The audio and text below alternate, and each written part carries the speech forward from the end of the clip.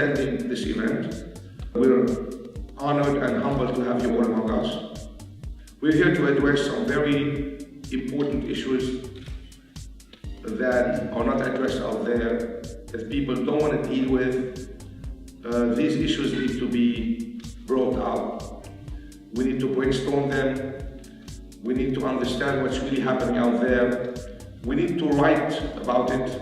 We need to talk about it on TV. We need to be activists. If you're really not happy with what's happening in the economy today, you're gonna have to be activists. You're gonna have to pound, talk, speak, write, do something about it. We created this organization a year ago. Today we have over 800 supporters. We're gonna have a great speaker this evening, Jim Gilmore. I'm focusing my primary time as president and CEO of the Free Congress Foundation. Now, the Free Congress Foundation is basically a Washington think tank. Purpose of the Free Congress Foundation, I have reoriented the organization towards financial policy. So you can imagine that when I had an opportunity to come and visit here, I was told that I was going to be dealing here tonight with the most obstreperous group of financial people in New York City. So you're not going to let me down, are you? I'm going to get through this and then we can have a conversation, because I think I can learn a lot from the people who are here in this room as we go forward. It's just as I had said, this is a serious time for the United States of America. You know, it's funny, we always knew that it couldn't go on forever, just borrowing in order to pay and wealth transfer. We all knew it couldn't go on forever, but you know, it looked like it might go on forever. But now it is not. It's come, I think, to the end.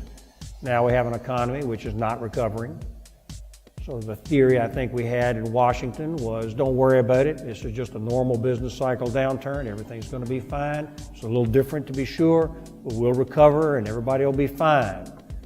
And here we are now after all these years of this type of crisis. We're still at 9% unemployment in the United States.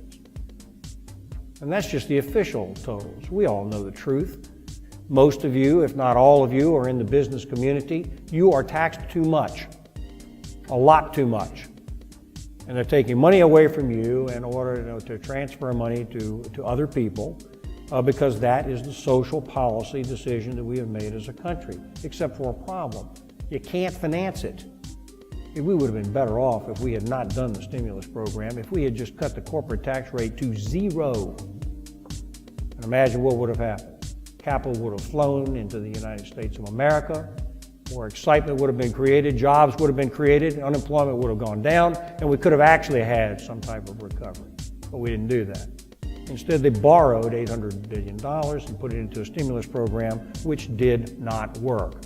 We at Free Congress want to offer some solutions as to what we have to do, but we are not partisan. We're perfect for this operation. You know why part of the reason I'm up here tonight is because I am carrying on a speech process of a lot of places, a lot of people talking about this issue. Now, I suspect in this room I may be preaching in part west of the choir, but no harm in that, because just as I had said, you've got to become advocates for this problem out there. If you stand around and say nothing, then this country is in serious trouble and we can't make it better. This young woman was telling me she had to work a second job as a night clerk away from her children because she had to make enough money to put gas in her car in order to get to her first job. This falls heavy upon regular people out there, not people on Wall Street, not people in the financial community of New York or Chicago or Washington or any place else, regular individual people out there.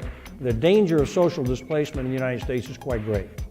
We at Free Congress Foundation think that something can be done about unemployment in this country. If the United States is weak economically, we will be victimized. Make no mistake about this. There isn't anybody in the world that I would bequeath my children's or grandchildren's future to, right, except my fellow Americans. Believe me, we will not be treated well at the tender mercies of others around the world, even some of our allies. Our program at the Free Congress Foundation we call Freeze, Grow, Fix. Freeze, Grow, Fix. We believe that you've got to freeze the spending. And in fact, we believe that you've got to reduce spending about $800 billion in this country and get a handle on the outgo. Just get a handle on it. and control this constant ratcheting up. Secondly, you got to grow the economy. That's the way out. And then finally, you got to fix the entitlements. Anyone who says that we can just ignore the entitlements and keep ratcheting up the exact same way is planning to have these entitlements go away. Your children out there probably, if you ask them, well, what about when you retire, your Social Security, they'll all tell you, we don't expect to get any. I think that we owe an obligation to, in fact, preserve these entitlements if we can. But that means that we're going to have to make some adjustments. For example, we could have the rates of these kinds of increases in Social Security grow at the rate of the economy. I believe that growth has to become a national mission for the United States. We're going to be fine if we do our job right. We, in the United States of America, have what I like to call, what everybody likes to call, the secret sauce. We, in America, understand entrepreneurship and the capital investment and the free market better than anybody else in the world. As a matter of ethics, we understand it better.